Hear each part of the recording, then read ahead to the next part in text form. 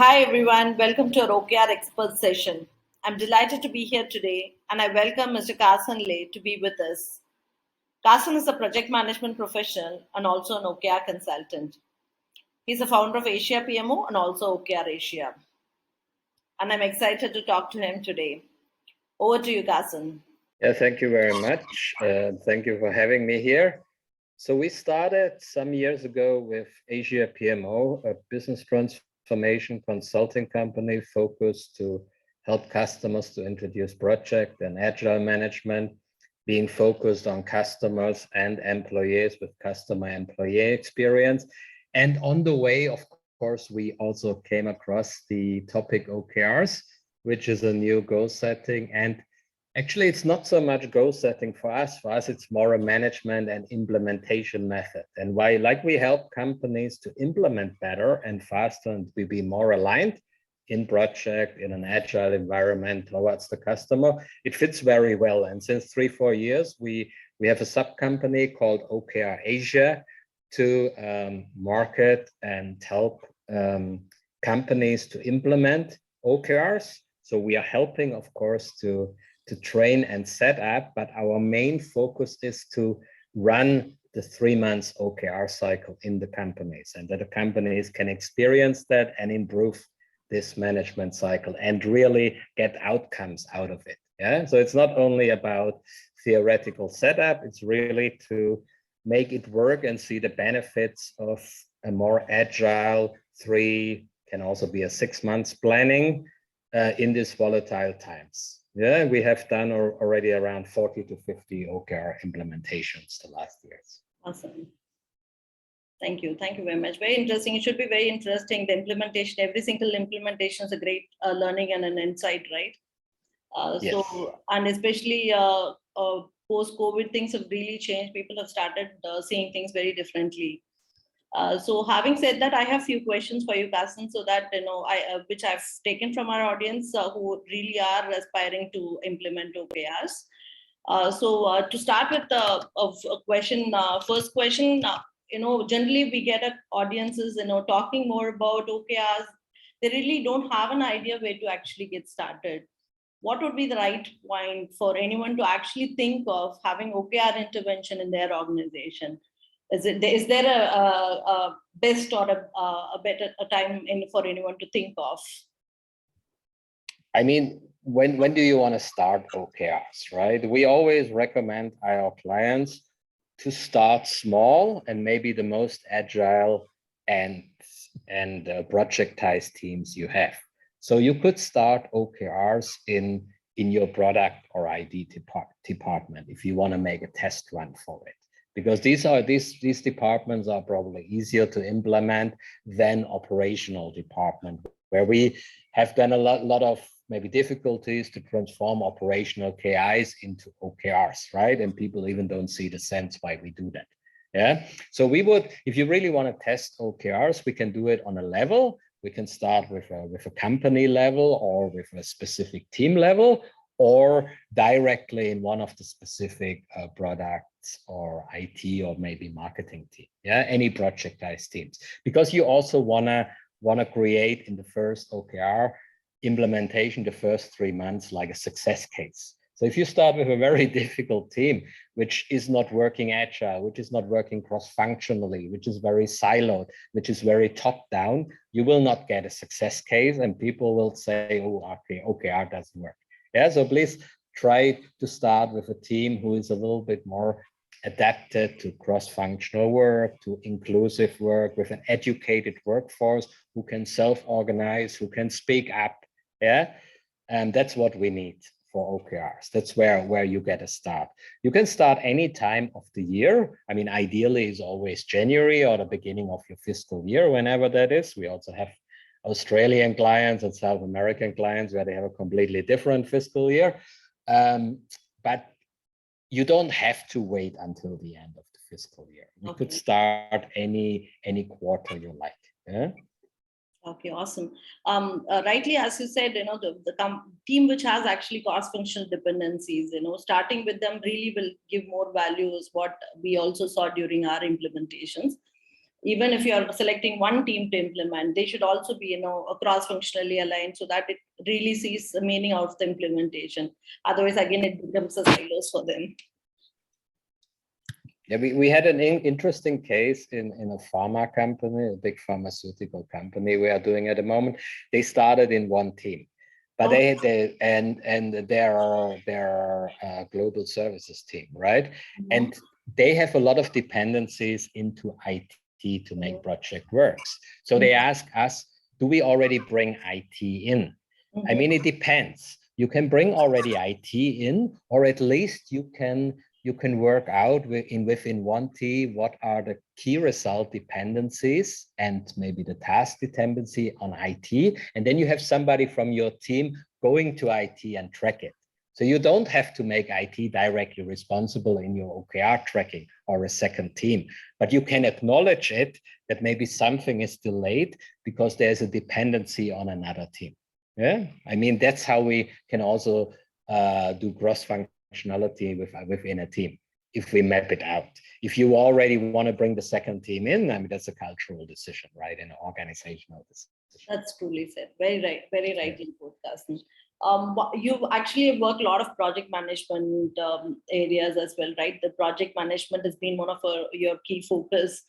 So when you go to such teams, probably you'll have a frequently asked from the team, how do you really combine these two? I'm already doing something, and how do you really, or should I actually let that go and start with OKRs? So how do we really actually put them together and keep it really very happily married together, Agile and OKRs? Yeah, I mean, we have in OKRs, we have objectives which are more inspirational. That's exactly what KPIs are missing. KPIs are just numbers and they are not very inspirational. And then we have key results, which are pretty similar to KPIs, to project deliverables, to agile outcomes, however you call them. So whatever you do, you can measure into key results. So for us, your project work and your increments in agile or the user stories or the epics you do are inputs for key results. We can measure them.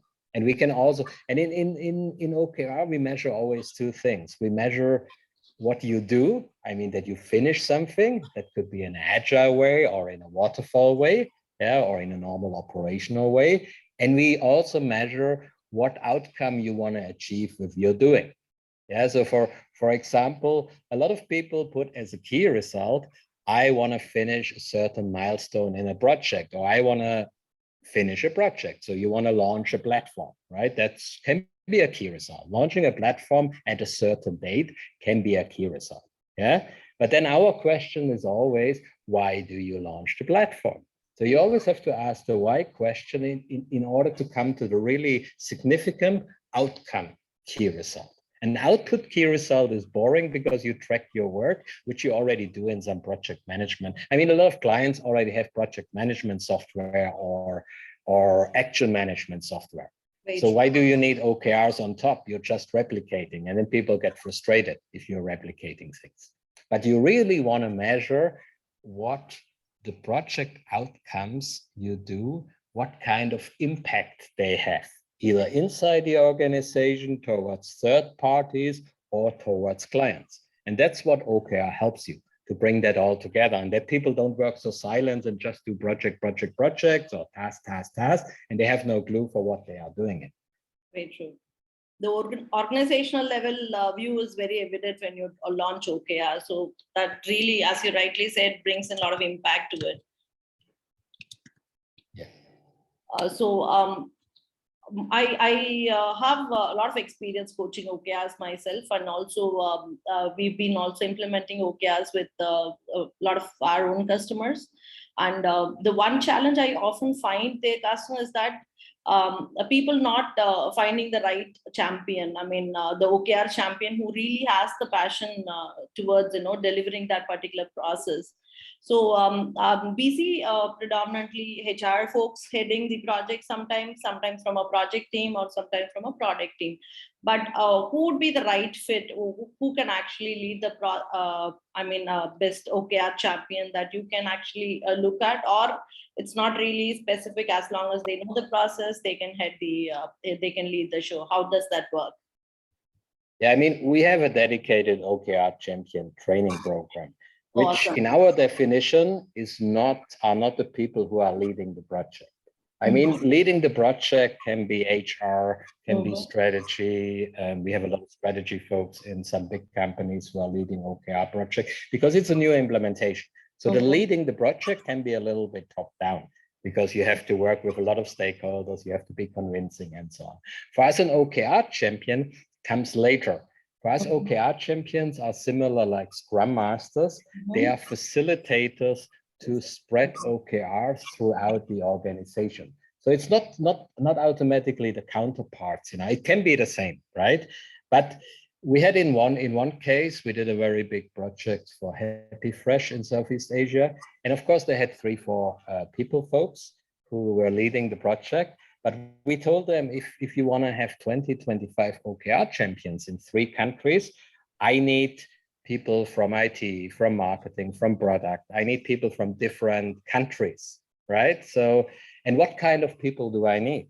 So if there were already in IT Scrum Master profiles, that's a very good fit, because similar like in Scrum Masters, OKR champion is a facilitation role. So you are not leading the setup of OKRs.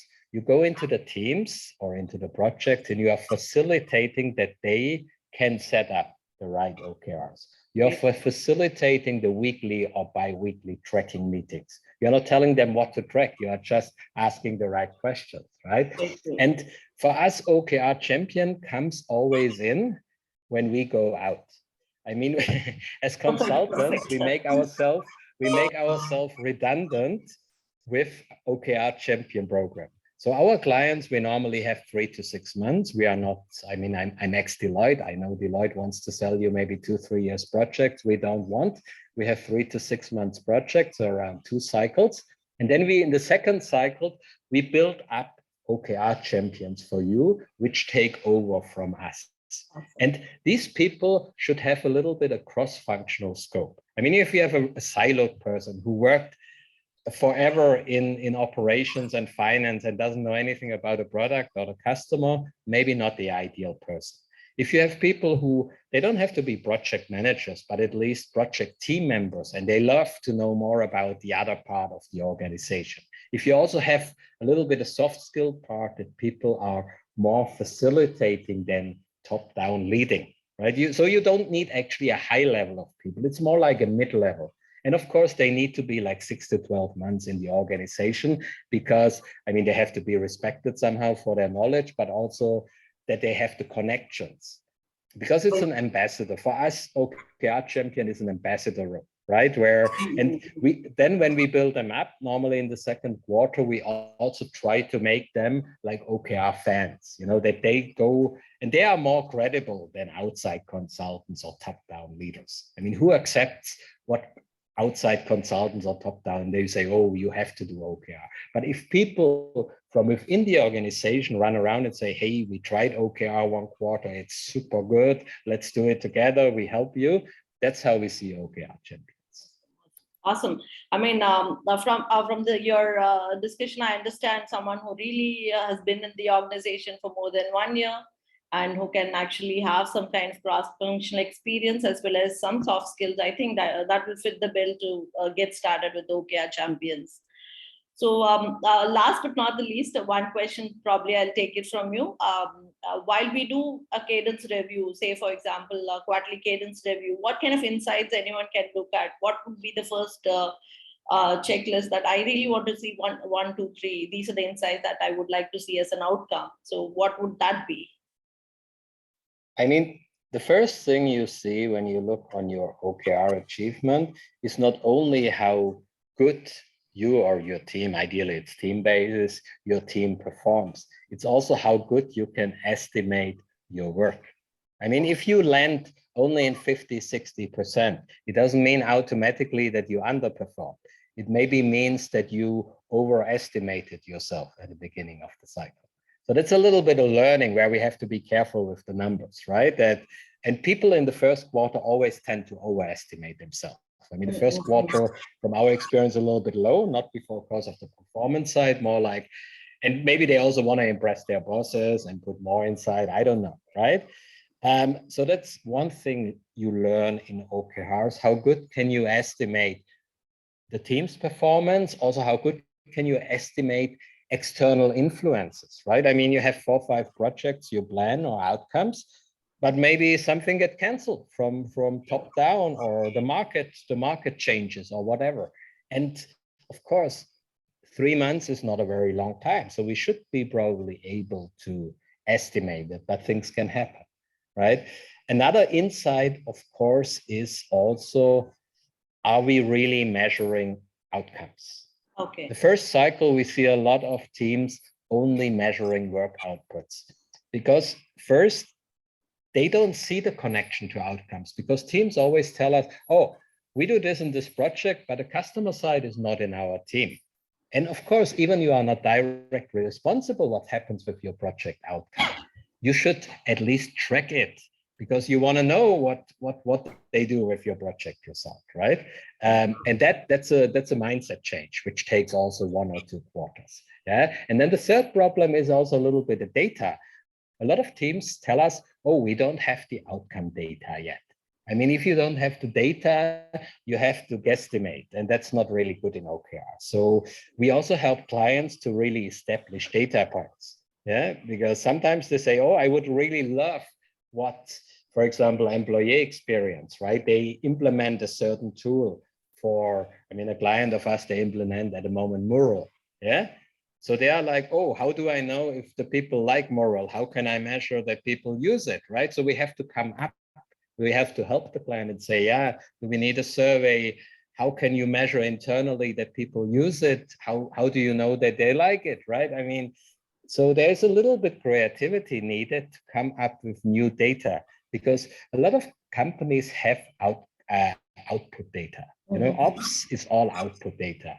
But outcome data is missing, and that also takes a while to build that up. Yeah? Very true, very true. Very rightly put, Gasan, very rightly put. When I see people writing OKRs, I see them writing key results, which are input and output, to define the outcome. And I see them struggling, defining the input and output most of the time. I mean, if we have these kind of a checklist during that retrospective, we can understand exactly how we can drive the OKRs better. And I think this Karen's meeting will also help us to avoid sandbagging OKR, so that we keep it really low profile, and also try to measure a lot of outcomes. Having said that, thank you very much for taking time and joining us, Carson. It's a pleasure having you here. A lot of insights. I think people who wrote to us would really be benefited about our discussion today. We'll keep talking about OKRs, and we'll be interacting, in near future as well. Thank you very much. Thanks for your time. Okay, thank you.